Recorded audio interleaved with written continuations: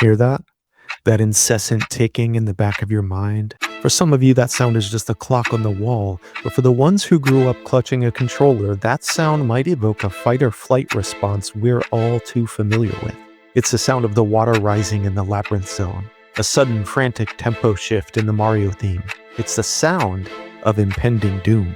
We play video games in part to escape reality, right? To get away from deadlines, schedules, and the crushing pressure of time management. So why is it that some of our favorite games hang a stopwatch over our head and tell us we're running out of time?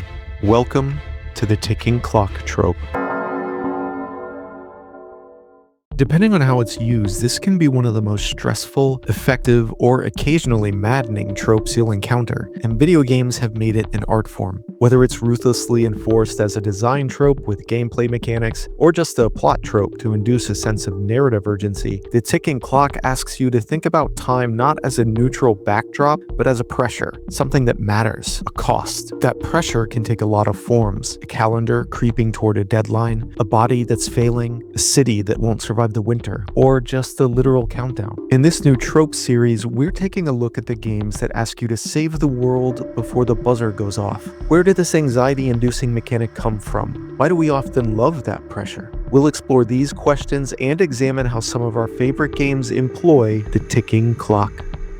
So, what are we really talking about here? Essentially, the ticking clock is in a narrative or mechanical device that communicates urgency and makes time consequential. Any delay, indecision, or inaction has weight, even if that weight isn't always immediate, catastrophic, or mechanical. On paper, it increases the urgency of a goal from do this when you get around to it to do this as soon as you can, or face the consequences. In most stories, time is fluid. Characters travel for weeks between scenes, they train for months in a montage. Time leaps forward at an author's whim, but introduce a ticking clock and now time becomes rigid, intense. In games, it becomes a resource. Every second spent haggling with a shopkeeper is another step toward doom, the villain getting what he wants, the poison spreading in your veins. This forces prioritization. It creates urgent stakes. In some games, it stifles procrastination and idle wandering. When there are mechanics attached, it's hard to spend 40 hours in your ending world exploring liminal spaces or admiring the skybox. That said, not every ticking clock behaves the same way. Some clocks are that strict, embedded deep in the systems that underlie every moment of gameplay. Others are more flexible. Some exist only in the story, never touching the player except through narrative. What these varied applications of the trope have in common is how they're intended to make the player feel. When a game introduces a ticking clock, it tells the player that time is no longer infinite. You may still have freedom, you may still explore, you may even be able to stall, to sit and meditate, but the game is at least asking you to factor time into your thinking somehow, to treat it like a currency you think a little harder about how you spend.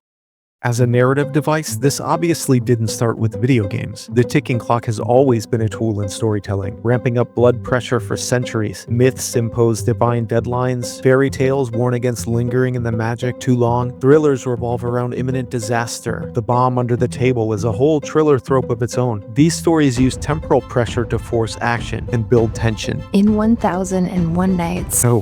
Sorry if that was a vocal jump scare. This is my partner, everyone. She actually makes all of the art-related things on the channel, like the thumbnails, the logo, etc. She mentioned she'd like to try doing some of the narration, and since I'm such an amazing partner... Shut up. In 1001 Nights, Scheherazade has a literal deadline hanging over her head every sunset. Tell a good story or die in the morning. Or take the Arthurian legend of Sir Gawain. He's given exactly 1 year to journey to the Green Chapel, where he's honor-bound to offer his own neck to the Green Knight for a fatal return blow. Every passing season on the way is a reminder of his approaching demise. Then, of course, the classic tale of Cinderella, whose fairy godmother granted her magic with a midnight cutoff, at which time her carriage becomes a pumpkin once more. The tension comes from how close Cinderella gets to that boundary, how much she risks by staying at the ball just a little longer. Cinema is chock full of examples, obviously. The 1952 Western High Noon famously played out in near real time, with the clock on the wall ticking close closer and closer to the arrival of the afternoon train and the villains riding in on it. In the glorious 1981 cheese fest that is Escape from New York, Snake Plissken is injected with microscopic explosives that will rupture his arteries in exactly 22 hours. That's a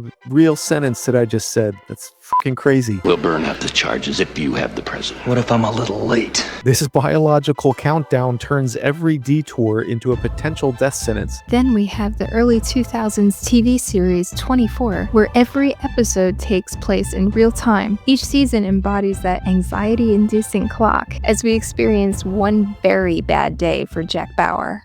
When the trope migrated to video games, it didn't really arrive as a storytelling device at first. Those Golden Age games mostly lacked plot. You might have some backstory written on the side of an arcade cabinet that you could apply your imagination to, but the real story was you versus the machine. In those days, the ticking clock enforced a business model. Arcade games functioned on a quarters per hour design. The timer on the screen in games like Frogger or Donkey Kong existed to impose a turnover rate. If you dawdled too long, the game killed your character.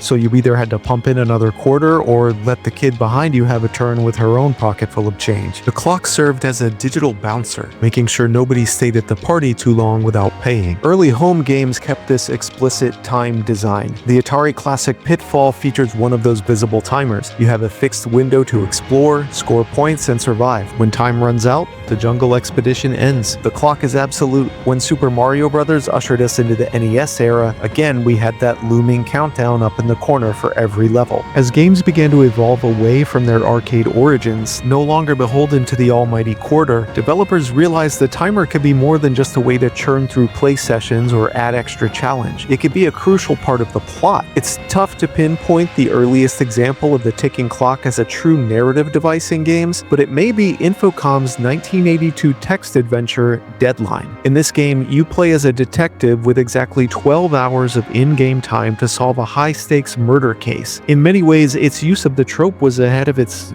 time. The clock dictates the behavior of the world around you. Characters follow their own schedules. A suspect might be accessible for questioning at 9 a.m. but gone by noon. If you fail to gather enough evidence before the time limit expires, the case closes. You're left with a failure that feels earned by your own poor time management. These design elements make the game feel like a living simulation where the plot moves forward whether you're ready for it or not. Games like this paved the way for more cinematic interpretations of the trope, such as Jordan Mechner's Prince of Persia in 1989. The opening cinematic shows the evil vizier Jafar imprisoning the princess and giving her a deadline. Agree to marry him within 60 minutes or face execution. That's not problematic at all. He flips a massive hourglass to illustrate this. Seriously, look at that thing. It comes all the way up to the princess's Pixel boobs? Pixel boobs. And that's when your game begins. As you navigate the dungeons below, you can press the spacebar anytime to see a constant, real-time reflection of that hourglass in her chambers, telling you exactly how much time you have left. Every minute you lose to a difficult jump or a sword fight is a minute lost to the princess in her tower. Even though she's off-screen the majority of the experience, the princess's peril feels immediate because the clock links your progress directly to her survival. By tethering the player's time limit to the life of another character, Mechner transformed a standard platformer into a desperate rescue mission, illustrating the emotional weight that ticking clock can provide. As the medium moved through the 90s and into the early 2000s, the urgency of the ticking clock became a foundational pillar for even more classic games as the medium continued to grow.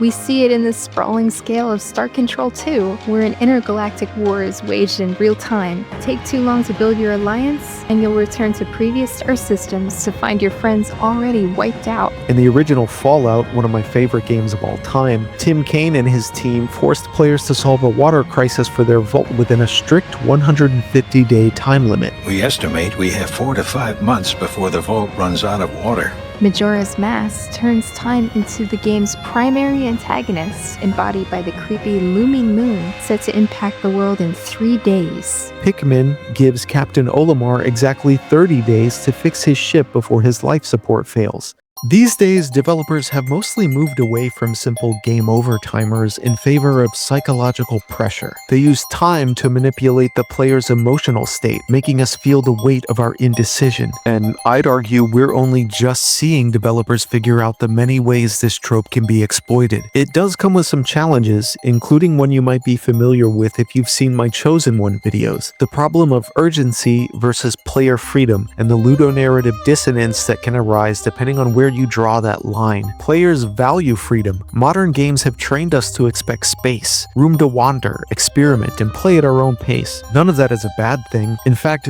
these are some of the experiences that only video games can offer as an artistic medium. You can meditate on a book or a movie, but you can't meditate in one. Video games give you a world to inhabit. Sometimes we just want to be there. A strictly enforced ticking clock can threaten all that, so some games make a compromise. They introduce the idea of temporal pressure in the plot without punishing the player if they don't hold to it. You can still play and delay, even within the framework of narrative urgency. They let you breathe, but not forget, usually via story moments that remind you of the impending fate your character faces while you're getting lost in the game world. That's only 4 days away! And that compromise isn't necessarily a failure of the trope. It's a balancing act. It ultimately depends on the game, the genre, the story. There's more than one way of adapting this trope to the medium, and while some players might prefer that tension of impending failure, others might want to treat it as simple roleplay in the moments when they're ready to push the plot forward, while other times they appreciate the option to take a breather and eat some noodles. Exactly how the ticking clock is presented has become varied as well. Gone are the days when it was always just a dwindling number in the corner of your HUD. Sometimes it's a bar filling up on a map, or a character's declining health. As usual, in future installments of this series, I'm going to take a microscope to a number of specific games that I think illustrate how this trope has and can be used in gaming. If you've seen the videos in my Chosen One series so far, you get the idea. I'll break down what I think works, what doesn't, and explain what makes each of these clocks tick. Here's my initial fluid list of candidates for those future deep dive videos. Some light spoilers ahead, just a heads up. Cyberpunk 2077. This first example touches on that conflict between story and gameplay I mentioned. As the protagonist V, you end up with an experimental biochip in your head. You eventually learn it's overriding your brain and replacing your consciousness with the ghost of someone long dead. In other words, it's killing you. Until you can find a way to remove the chip, the clock is ticking inside your own skull. Every time your hardware glitches out, every time your new hitchhiker talks into your ear, the game reminds you that you don't have much time left. And yet, you're an edge runner in Night City, and the open world is still chock full of optional side gigs that have nothing to do with your wider predicament. It's a classic example of the trope potentially fighting against the genre. Does it work? We'll discuss that when we get there. Dispatch. This narrative game places you in the high-pressure seat of a dispatcher for a city's superhero emergency services. You don't experience the action on the ground. Instead, you view the world through a tactical map, where emergencies appear as icons with shrinking circular timers. These icons represent the literal window of opportunity to intervene before a crisis becomes a catastrophe. Every time a new alert pings, the clock starts, forcing you to decide in a split second which hero to deploy and where. The ticking clock here is the ultimate arbiter of your success, because your heroes have limited availability and must travel the map to reach an assignment. Time becomes a zero-sum resource. When they're resting after completing a job, you're haunted by that second wait timer on the screen. And of course, multiple problems occur at once. So while you're calculating which cape is best suited for a villain outbreak, another timer on a house fire is about to expire. The pressure of the clock makes the fantasy of superheroics a frantic logistical race against the inevitable, all while a charming story unfolds.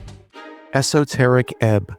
5 days before Norvik's first ever democratic election, a tea shop in the middle of the city explodes. Because of the charged political climate, nobody with real power wants to touch the mess, so they send you. The Cleric, a half-respected arcane investigator and full-time government errand runner, partnered with Snell, a goblin with his own loyalties and a sharp eye for hypocrisy. You have 5 days to get to the bottom of the crime before the vote happens and the whole city rewrites its story around whatever outcome is most convenient. That election is Esoteric Ebb's ticking clock, and it's not subtle about what it does to the shape of your game. There's a literal, ever-present clock in the bottom corner of the screen. Time advances as you snoop, wander, and talk. The case keeps moving whether you're making progress or just getting lost in the side streets and undertunnels of Norvik. The freedom to chase leads in any order comes with a quiet threat. Linger too long in a conversation hub, get too lost in a stack of books, or lose track of time spelunking for clues,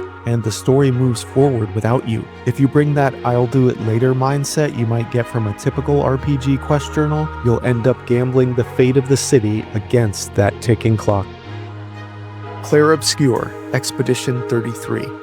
Another narrative-based take, this acclaimed love letter to JRPGs uses the ticking clock to define the shared reality of the inhabitants of its world. Society is built around a deadline that everyone knows is coming.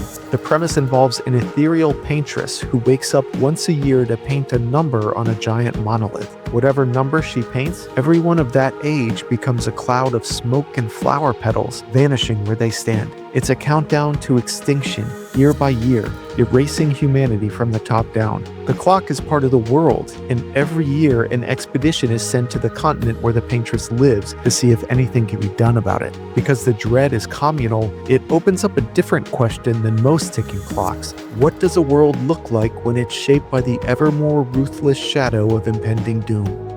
Life is strange.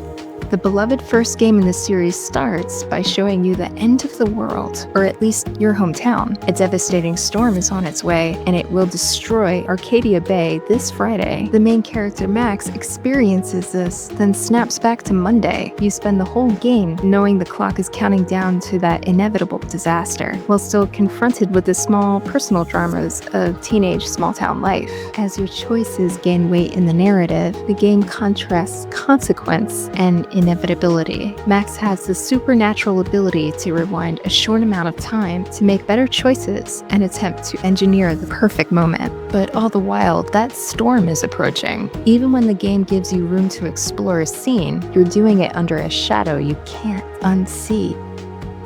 Metaphor ReFantazio. If you know Atlas games, especially the Persona series, you know they love a calendar system, and this spiritual cousin is no different. In Metaphor, time is currency, and you need to balance your budget as you change the world. The calendar structure turns every activity into a trade. If you spend today strengthening one thing, something else remains static. Do you spend tomorrow training, bonding with your allies, exploring a dungeon? You can't do it all, and there's a big political event looming in the future that your choices will determine. It's the kind of time pressure that can feel quiet for a while, then suddenly loud when you realize you're 2 days from a deadline and you've been doing side activities. The ticking clock here forces you to decide what and who actually matter to you. Dead Rising.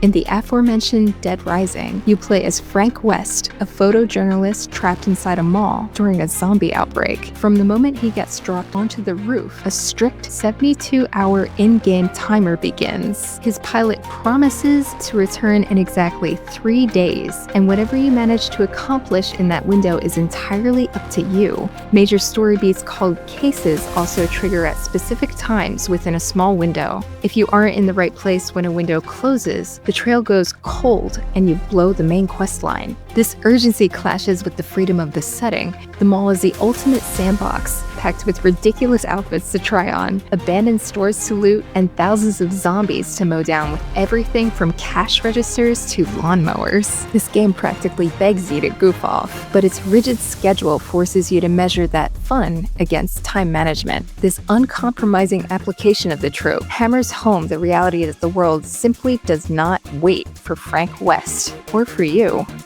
Pathologic 2. This surreal psychological horror game is basically Stress the Simulator. You're a doctor and you have 12 days to save a town from a plague. You cannot save everyone. You can barely save yourself. The clock in Pathologic doesn't care if you're reading dialogue or looking at your map, it keeps on ticking. people die. Opportunities expire, the town changes. Your resources never quite match the needs in front of you, forcing you to think in tri-age. The clock forces loss. Not always because you played badly, but because the game is designed to make saving everyone feel like a fantasy you're forced to let go of. There's no such thing as a perfect run. It's a game of compromise and regret, brought about by a ticking clock design at its most psychologically cutting. XCOM 2. In this acclaimed turn-based tactics game, humanity has already lost the war. Earth is ruled by an alien coalition, and you command a scrappy resistance force trying to take the planet back from the shadows. But the alien overlords aren't just sitting around waiting for you to build your army. They're secretly working on a doomsday initiative known as the Avatar Project, represented by an ominous red progress bar at the top of your world map. This is your ticking clock. If it hits 0, the resistance is crushed and the campaign is over. This mechanic adds real tension to the strategic layer. Everything you need to do to survive, researching better weapons, healing your wounded veterans, making contact with new rebel regions, takes precious in-game days to complete. While you might want to turtle up and ensure your squad is optimized for the battles ahead, the Avatar Project is always advancing in the background, relentlessly forcing your hand. No matter what you decide, you always feel like you're risking something, whether it's the lives of your squad or the persistent tick of that clock. Metal Gear Solid. Like the action movies that inspired it, this game masters the art of the cinematic deadline. You play as Solid Snake, a retired special operator infiltrating a nuclear disposal facility seized by terrorists. The stakes are set immediately. You have a 24-hour window before they launch a nuclear strike. This implies a nice friction between the gameplay and the story. The mechanics of stealth demand patience, waiting for a guard to turn, crawling slowly through an air duct, while the narrative screams that every wasted second brings the world closer to catastrophe. Then Kojima layers a second invisible clock over the proceedings. A programmed virus called Foxdie running through Snake's veins. You're racing to stop the launch, but you also have to do it before your own compromised biology betrays you. A Plague Tale. In these games, temporal pressure shows up as escalation rather than a literal countdown. The world gets worse in motion, danger spreads, safe spaces shrink, survival depends on staying ahead of forces that don't pause to accommodate you. Set in 14th century France during the 100 Years' War, you follow two siblings forced to flee after an attack on their home by the Inquisition. They must survive in a world devastated by the Black Death, while one of them suffers a mysterious blood malady. It's really the second game, Requiem, that directly utilizes the trope, but these are narrative-focused games and the story continues immediately after its predecessor, Innocence, so I'm lumping the both together. Even without a constant hurry-up prompt, the story creates momentum. As events push forward, the situation becomes harder to contain. The games show what prolonged crisis does to people, what it forces them to accept, what it strips away, and what it turns them into over time. I know that's a lot of anxiety for one playlist, but that's the thing. We love it. That's why it's a trope. Without it, games still tell wonderful stories and give us beautiful playgrounds, but give us a deadline, give us a moon falling, a storm approaching, a biochip eating our brain, and now we feel our character's purpose bearing down on us. It renders time visible and tangible. Once time matters, our choices change. Exploration becomes a decision rather than mere whimsy. Delay becomes a statement. Our priorities reveal themselves. The ticking clock reminds us that every choice has a cost, and that cost is often measured with each passing moment, which kind of gets at a universal part of the human experience at the end of the day. The end of the day, see what I did there? We all make choices every day that we wake about how to spend each fleeting hour of our lives. It's that old Gandalf quote from Lord of the Rings. All we have to decide is what to do with the time that is given to us. And I hope you choose to stick around and spend more time with me. Us. Us. I meant us. Watch another one of my vids next if you haven't seen them all. That sort of thing helps me a lot with the algorithm. And of course, give me a like if you would be so kind, subscribe so you don't miss those deep dives or the next trope on the list. Speaking of which, if there's any particular trope or game you'd like to see me cover, as always, please let me know in the comments. I am here for you. Or just let me know what you think of the ticking clock. What's your favorite example? Which ones drive you nuts? I want to hear from you. Okay, alright, I'll stop talking now though, because I understand. Time is precious. See you in the next one.